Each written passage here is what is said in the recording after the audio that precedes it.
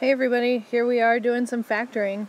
One thing about factoring that you're going to want to keep in mind is that factoring for some people is really easy. They could do it in their head. They're a factoring whiz. Other people really struggle with this, and it's kind of one or the other. You either hate it or you love it. You're either awesome at it or it takes you a long time to figure it out. So just be patient and just kind of keep that in mind as we're kind of reviewing this factoring stuff. This is another review topic from Algebra 1. But the worksheet that you're going to do for homework tonight is actually pretty challenging, so I wanted to go over some basics with you and some things to be thinking about when you try and attack that worksheet. So very first thing you should always do when factoring is look for A, G, C, F. Greatest common factor. So the first thing that you always do whenever factoring is just scan the whole polynomial and see if there's any way that you can take something out of all of the terms. In this very first example, you can see that there is not a GCF. This is just your very basic factoring problem. Some of you may have learned to do a diamond when you're doing the problem. Others might have a bunch of different techniques and strategies here, but you're trying to figure out what numbers multiply to 30 and add up to negative 13. And so that's what we're looking for when we're trying to do this. And some of these problems like this one are kind of crazy. We have two options. You could use 15 and 2, or you could use 10 and 3. But the fact that the signs are the way that they are with a negative 13x and a positive 30 at the end, that determines whether you're using 15 and 2 or 10 and 3. So what we're going to do for this one is we're going to do our two x's. And because it's positive 30, that means both of my numbers need to be negative when I multiply them together. So I'm using negative 10 and negative 3. Doesn't matter which order you put them in. The 10 could go first or the 3 could go first. That part doesn't matter. But then if you want to check, the cool thing about factoring is that you can always FOIL these back out. X squared minus 10x minus 3x plus 30.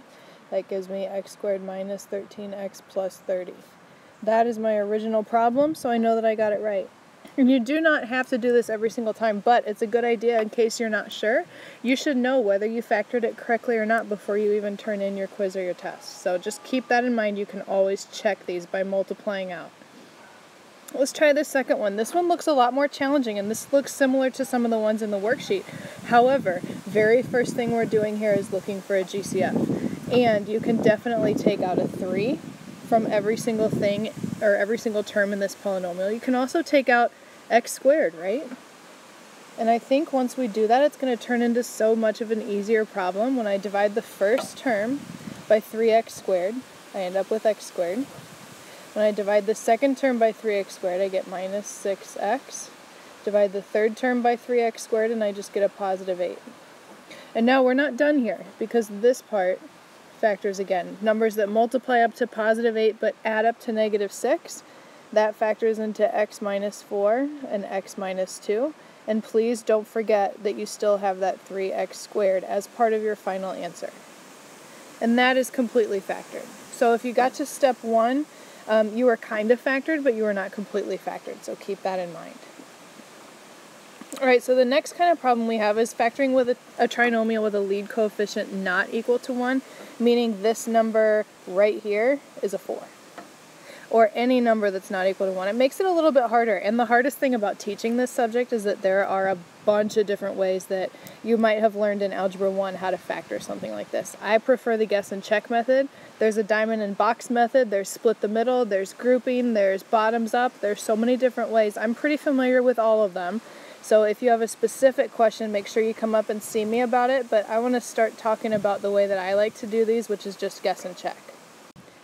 And so what I'm doing first is scanning this problem just to make sure that there is no GCF, and there isn't. There's no number that you can divide all three of those terms by. So the way I'm going to start with this one is that since this number is a 3, I know the only factors of 3 are 3 and 1.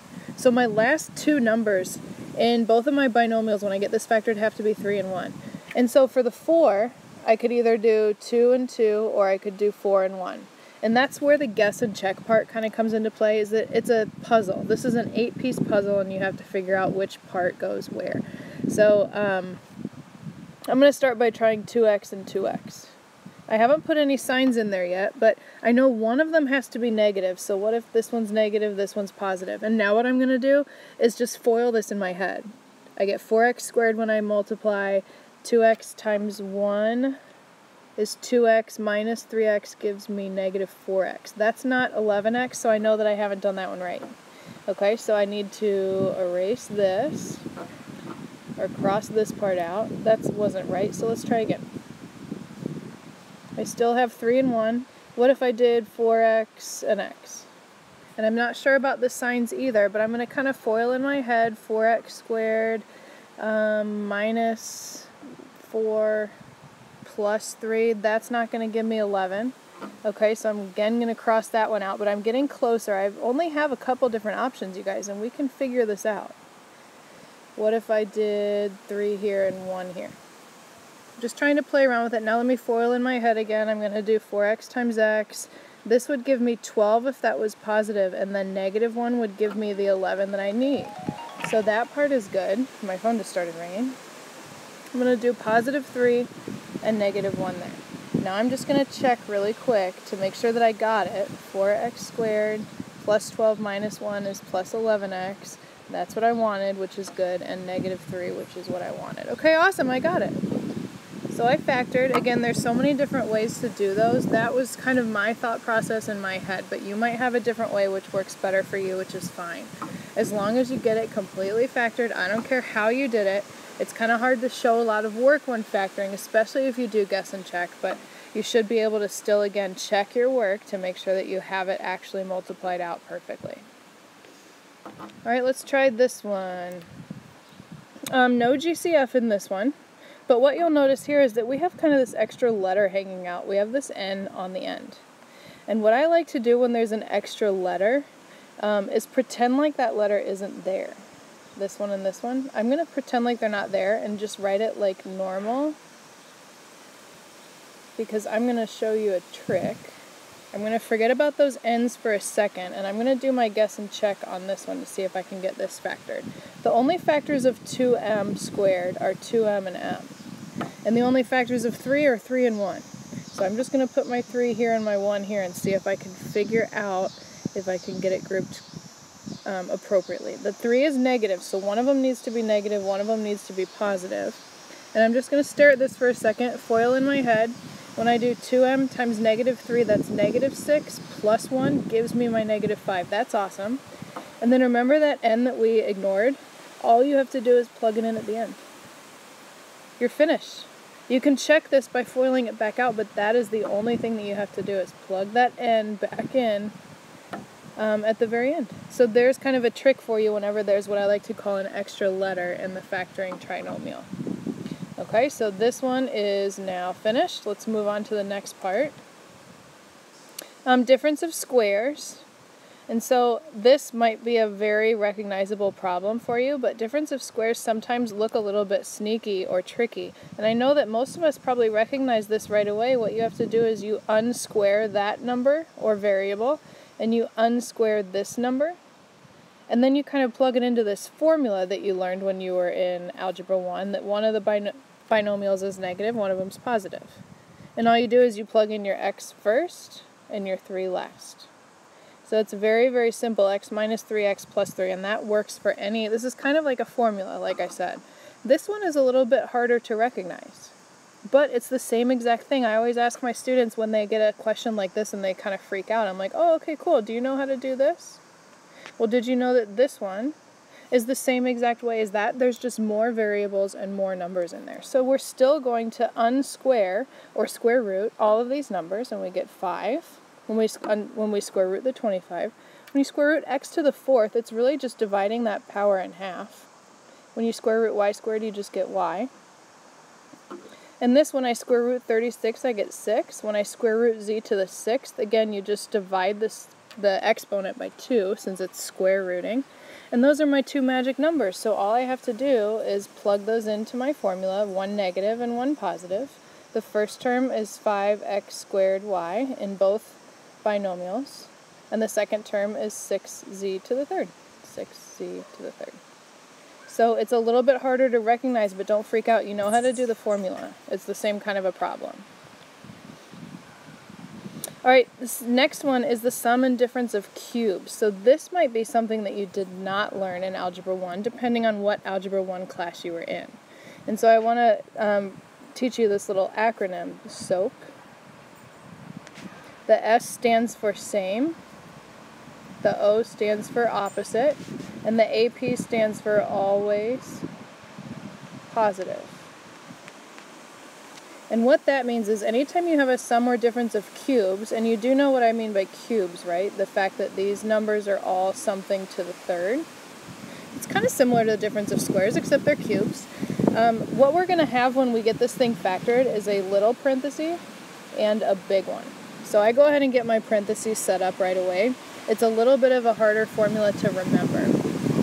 And the SOAP acronym is what's going to help me plug in my signs for this binomial and this trinomial. So the first sign is the same, which means that this sign is the same here. The next sign is opposite, which means that this sign changes to the opposite sign. And then the last sign is always positive, which means this number is always a plus right there. Okay, so that's how my parentheses are going to go. Same, opposite, always positive for any sum or difference of cubes. That's how you plug in the signs. And then I'm going to do the same thing that I did with the difference of squares. I'm going to uncube this number, which means that just turns into an x. And I'm going to uncube all of this. And 27, the cube root, which is what I refer to as uncubed, is going to be 3. And don't forget the y as well. So I've uncubed both of those parts of that binomial, and I'm just going to plug in those numbers to my parentheses now. The x goes first, the 3y goes second, and then what goes first here in this section of this trinomial is this first number, and then you have to square it, x squared. And then what goes in this last position here is this number, the 3 and the y, squared. So it's very similar and very repetitive. You have to square the 3 and the y. And then the question is, what goes in the middle here? Well, it's this times this. So x times 3y gives me 3xy. And that's it. After you plug all your numbers into the formula here, then that is all that you have to do. Let's do one more example, and it's the same way. We're going to use SOAP again. We're going to set up our small parentheses and our big one. And after you do a couple more practice of them, you'll get the hang of it. It's very simple, just like difference of squares. Just a little bit of more intimidating numbers because there's more variables and more numbers there. I'm going to uncube these numbers first. When I uncube 216, you might not have that memorized, but 6 times 6 times 6 is 216. So that's 6. When I uncube a to the 6, I'm taking the 6 and dividing by 3 since it's a cube root, so I get a squared. And when I uncube the b to the third, I just get b. And same thing here, when I uncube the c to the 6th, I'm dividing the 6 by 3 because the cube root is a 3. That gives me c squared. And again, I'm going to do SOAP. So I have a little parentheses and I have a big one. And I go ahead and get this set up right away. So the first sign is the same as the original problem. The second sign is the opposite sign of the original problem. And the last sign is always positive. So you don't have to think too hard about that one. This last sign here is always going to be a plus. Okay, so that's kind of a cool part. Now all I have to do is plug in my stuff. The 6a squared and the b goes first and the c squared goes second. And then you remember what goes first is the 6a squared b squared. You got to square all of that stuff, everything that's in there. So 6 squared is 36, a squared squared is a to the 4th, b squared is b squared.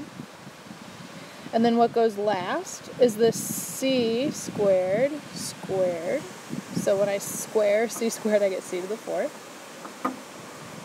And then again in the middle, all you're doing is you're taking these two numbers and you are multiplying them together. So I would get 6a squared b c squared. That's it. So after you do that formula, that's a really, really ugly, messy thing going on. Don't be freaked out about it. And then after you do sum and difference of cubes, some people are like, well, how do I know that this part doesn't factor again? Well, just FYI, this part will never factor anymore. So you don't even have to worry about like GCFs or being able to factor that really messy, ugly trinomial. When you do sum and difference of cubes, basically when you do this formula, this part will never factor anymore. So after you plug your numbers in, you're finished. That's the nice part. Okay, one more thing, grouping. This is the last thing we're going to discuss here on this video. And what you'll notice about this example compared to any of the other ones that we've done is that you do this when you have 4 terms. That's your clue. See how we have 4 terms in this problem? Anytime you have 4 terms, you're going to do grouping. Because there's really no other way to factor it unless you're a factoring whiz by doing it in your head. Okay, so what you're going to do is you're going to put parentheses around the first 2 and put parentheses around the second 2. Okay, and then I'm just going to look at this first group of parentheses right here. And I'm looking for a GCF. And by the way, I scanned this whole thing first to make sure there wasn't a GCF, because on the worksheet there are a couple where you have to take a GCF out first. Always beware of that GCF first. There is no GCF in all 4 of these terms. So I'm grouping them together. Is there a GCF in just these 2? I can take out a 3 and I can take out an A, so I'm going to do that. And I'm just focusing on this first group of parentheses. That leaves me with C plus, and when you take a 3A out of a 3A, when there's nothing left, you have to remember that when you're factoring, you need to put a 1 there to hold that place. Okay, and then I'm going to do the same thing here. Is there a GCF in this set of parentheses, or this group, which is why it's called grouping? So I can take out a B. So I'm going to take out a positive B plus B. And then what do I have left over when I take the B out of there? What I have is a C and a plus. And again, I took out the B, so there's nothing there, which means again I have a 1. And so here's the cool part. To know that you're doing grouping correctly, this term and this term should match. They should be the same thing, and that's actually your first factor. And then your second factor is the 3A plus B. And that is how it factors by grouping. And again, you can check this, you guys. If you're not sure if you did it correctly, go ahead and FOIL it out. 3AC plus BC plus 3A plus B. And is that the same thing as this? Yes, it's in a different order, but when you add things together, it doesn't matter what the order is. So depending on how you FOIL or where you put your parentheses, as long as you have each term up there, then you're good. It matches the original problem, so we're finished. Let's try and do one more. Let's see, we're going to do grouping, again, because it has 4 terms, so I'm going to group this term, these 2 together, and these 2 together. And I'm going to look for a GCF in just this first parentheses. So I can take out an 8 and a Z. And I'm left over with X minus, the 8 and the Z are both gone, so I need to put a 1 there. And now I'm going to look for a GCF in this set of parentheses. And since it starts with a negative sign, I'm actually going to factor out that negative sign. I can take out a 4, and I can also take out a W. And be really careful when you take out that negative sign, all you're left here with is X. But remember that you took out a negative, which is going to change this sign right here. When you divide something by a negative, it changes the sign. So I also have a minus. Both the 4 and the W are gone. And I just have a 1. And then notice here that I have X minus 1 and X minus 1. That's my first factor. And what I have left over is 8Z minus 4W. And so something interesting about this one is that maybe some of you caught this. Did you notice that I intentionally forgot to check for a GCF? Well, I got it factored, but the question is it factored completely? No, because this parenthesis right here has a GCF in it. So that is not factored completely yet. You need to take out the GCF from this parenthesis. So I have, what can I take out from there? A 4, it looks like. This factor doesn't change, but I'm going to take out a 4 from this, and I'm going to be left with 2Z minus W. So a better way to write this would be the 4 first, X minus 1, and 2Z minus W. And the only other thing I want to mention about this problem is if you had taken out the GCF like we were supposed to at the very beginning, we would have still gotten the same exact answer. But some of you neglect the GCF every once in a while, just forget about it. So check your final answer once you're done and make sure that doesn't have any GCFs in it. And this one did, so it technically wasn't factored completely. All right, you guys, that is a crash course on factoring. We are going to do, a couple of substitution problems in class tomorrow. But what you should be doing tonight is trying to get started on the worksheet of factoring because it's long and it is somewhat challenging. But see if there are any that you can go through and get done on your own now so that in class tomorrow you can ask me some questions over the really hard ones, okay? If you have questions, bring them tomorrow. Otherwise, I'll see you later. Have a good night.